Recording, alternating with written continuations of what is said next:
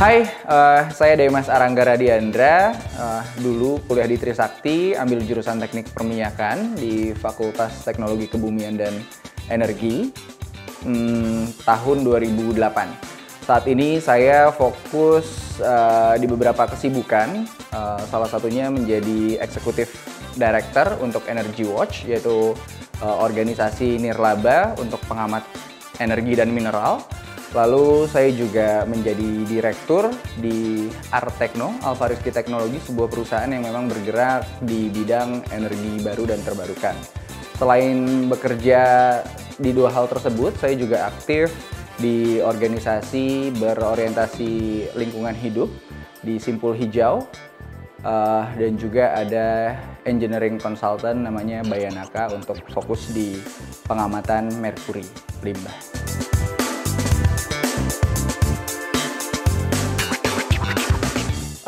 Jadi awalnya milih Trisakti itu karena dulu yang ada jurusan teknik perminyakan itu cuma ada 3 dan Trisakti salah satunya.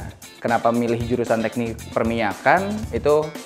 Kenapa memilih jurusan teknik perminyakan? Karena nggak pingin kerja di kantor, inginnya kerja di lapangan, terus tanpa perlu usaha, gajinya gede. Tapi ternyata begitu kuliah masuk dalam jurusan teknik perminyakan, melihat bagaimana ekosistem yang ada di jurusan teknik perminyakan, baik itu dosen-dosennya, alumni, senior-senior, itu ternyata keren-keren banget. Nggak nyangka, maksudnya bisa ada hari ini juga berkat masuk di jurusan teknik perminyakan.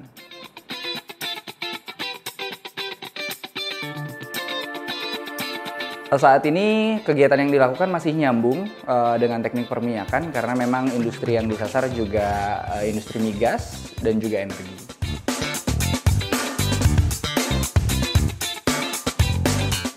Iya, waktu kuliah saya aktif, bisa dibilang aktif ya. Dari tahun pertama sampai tahun akhir. Di tahun terakhir saya sampai menjabat sebagai ketua himpunan di jurusan teknik perminyakan. Dan mungkin gara-gara berorganisasi itu juga, saya bisa ketemu sama banyak orang, kenal dengan banyak orang yang memang akhirnya menunjang apa yang saya lakukan saat ini.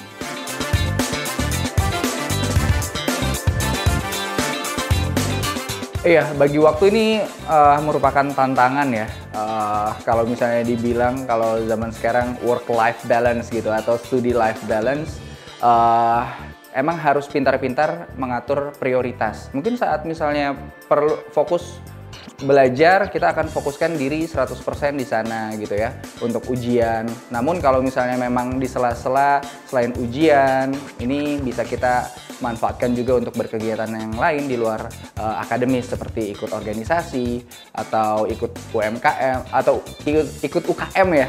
UKM yang ada di Trisakti yang begitu banyak. Mulai dari olahraga sampai pers itu juga ada di Trisakti.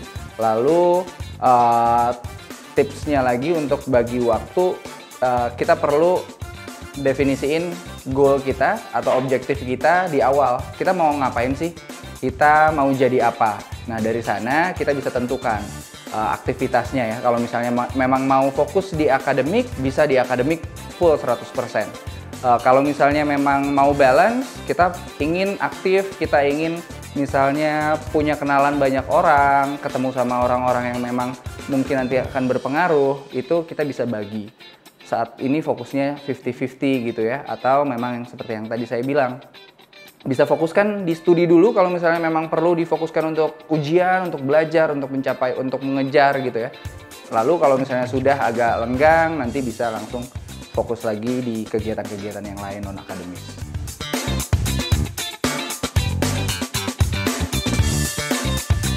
Iya, ada beberapa ilmu baik hard skill maupun soft skill yang didapatkan dari Trisakti ya.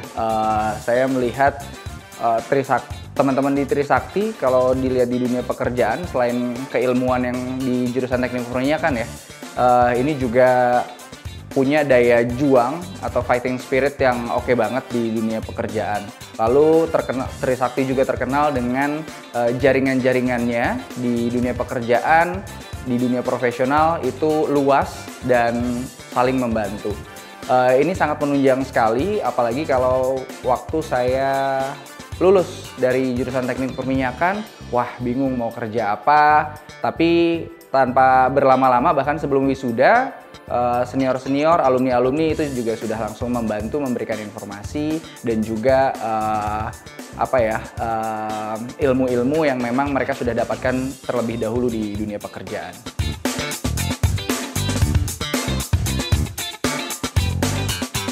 Pengalaman yang paling menarik adalah waktu jadi ketua himpunan, karena emang harus mengakomodir teman-teman mahasiswa dan juga harus menjembatani kepentingan yang ada di jurusan. Ini menarik banget ya, kita udah harus bisa menempatkan diri ketika sama teman-teman di mahasiswa, jurusan, dan juga bahkan pihak luar, karena waktu itu banyak banget kegiatan-kegiatan berlevel nasional dan juga internasional yang jurusan teknik perminyakan lakukan pada saat saya menjabat di himpunan.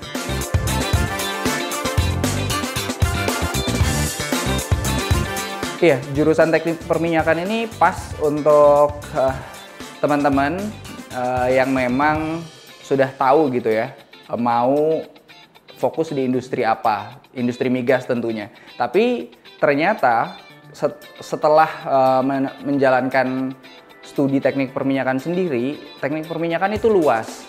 Jadi nggak hanya produk-produk yang memang untuk pengeboran atau segala macam, bahkan di hasil turunan produk dari migas itu juga banyak sekali yang kita manfaatkan sampai saat ini ya untuk kehidupan sehari-hari, seperti pakaian, plastik, habis itu perabotan rumah tangga, peralatan penunjang kehidupan, itu semua dihasilkan dari industri perminyakan. Dan di jurusan teknik perminyakan juga nggak fokus hanya belajar tentang minyak dan gas, tapi juga panas bumi yang memang merupakan potensi energi masa depan yang Indonesia miliki. Karena Indonesia memiliki salah satu negara dengan potensi panas bumi terbesar di dunia. Ayo teman-teman untuk bergabung di jurusan teknik perminyakan Fakultas Teknologi Kebumian dan Energi Universitas Trisakti. Ayo, jangan ragu-ragu, langsung daftar.